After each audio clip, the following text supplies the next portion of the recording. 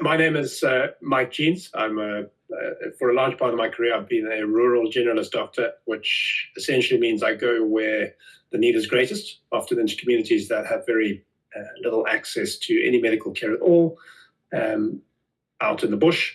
Right, so the Jeannie Burns Buckner Hospital is in Binga district in a place called Chishija. It's in the far northwest corner of Zimbabwe. And it's one of the most remote and underserved areas in the country. To get there, you're going to be driving for hours and hours through some rough roads, bush sort of terrain, usually in a 4x4, and often with our outreachers carrying whatever medical supplies you could fit in the back. There are no shortcuts short of taking a helicopter, which has been done before.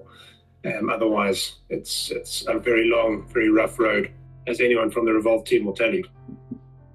And the hospital exists because of this remarkable woman called Jeannie Burns Buckner, who saw the suffering that that community endured day to day, and she refused to look away. I only came to know about Chishija through working with Jeannie. And what started as building the hospital, seeing it come to fruition in its structure form, became outreach visits, driving out supplies, seeing people out there, treating a whole myriad of conditions and problems out there that these people put up with for long periods of time without much contact with healthcare facilities or doctors. You meet the people, you see what they endure just to access very basic care, and it changes you. So that community got under my skin. The people working with me to provide that sort of access became lifelong friends. This hospital is not a convenience at all for these people. There is no other option nearby.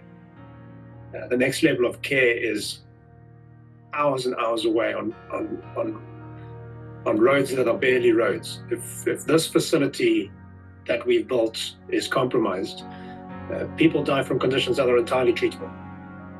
That includes women in labor, children with malaria, trauma victims, people who, with a functioning hospital, would walk away. And I think we just need to emphasize that to people. Well, I would like to emphasize that to people, especially because, as we've seen, the community in Chishija has really fought so hard just to have this place exist. Jeannie has fought so hard just to have this place exist in the first place.